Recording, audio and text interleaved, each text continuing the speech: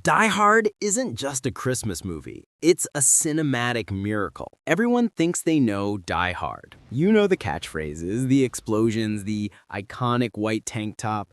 But the real story, the one that happened behind the cameras, is 1,000 times crazier than anything you saw on screen. Today, we're not just walking into Nakatomi Plaza, we're cracking open the vault. These are 4 hidden details you never noticed about the greatest action film of all time. And stick around, because the story behind Alan Rickman's final, terrifying fall wasn't acting at all. Let's get into it.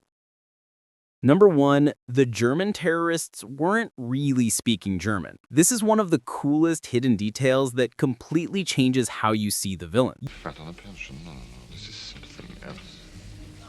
You remember Hans Gruber and his crew of sophisticated European terrorists. They march into Nakatomi Plaza, barking orders in German, sounding absolutely terrifying. The idea was that they could speak freely in front of the hostages, who would have no idea what they were planning. But here's the secret. For actual German-speaking audiences, the dialogue is completely bizarre and almost laughable. The German spoken by most of the terrorists is grammatically incorrect and often just gibberish. It's pronounced strangely and phrased in ways that no native speaker ever would. The studio hired German actors, but many of them were not native speakers, or they were given lines that had been poorly translated. The result is that in Germany, the film is sometimes viewed as an unintentional comedy. The supposedly scary terrorists sound like they learned German from a broken tourist phrase book. This was actually corrected in the German dubbed version of the film, where the terrorists' dialogue was fixed. But in the original English release, they left it all in, because to an American audience, it just sounded authentic and menacing. So the next time you watch it, just know that the terrifying master plan being discussed in German might as well have been them ordering a pizza. It's a huge flaw that, weirdly, made the movie even better, because it sold the threat to the audience that mattered most. Number 2, Alan Rickman's look of pure terror was real. This is it. This is the story that proves how insane filmmaking was back in the 80s.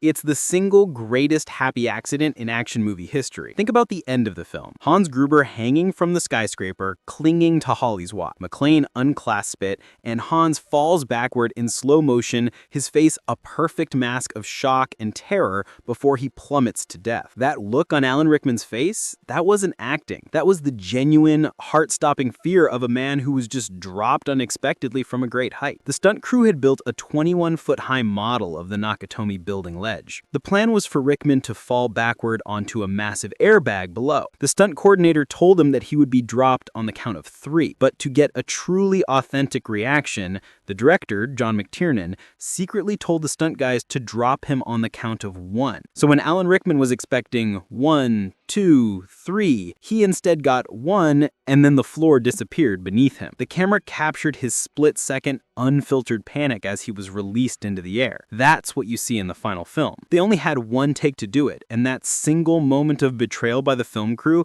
gave them one of the most iconic villain deaths ever put to film. He was furious about it afterwards, but even he had to admit that it worked perfectly. It's a testament to his professionalism that he still gave a perfect performance while genuinely thinking he might be about to die. Number 3, Bruce Willis suffered permanent hearing loss on set. Being an action hero isn't all glory. Sometimes it comes with a serious lifelong price. Bruce Willis is partially deaf in one ear, and it's because of a scene in Die Hard that went horribly wrong. It's the moment where McClane is under a table and fires his gun up through it, shooting and killing a terrorist who is standing right above him. To make the gunfire extra loud and dramatic for the movie, the effects department used incredibly powerful extra-load blanks in the gun. The problem was the confined space. Firing a gun that loud in a small, enclosed area is incredibly dangerous for your hearing. Bruce Willis was right underneath the muzzle flashes, and the sound was deafening. He later said the blast was so loud it felt like it went right through his head. After that take, he realized something was wrong.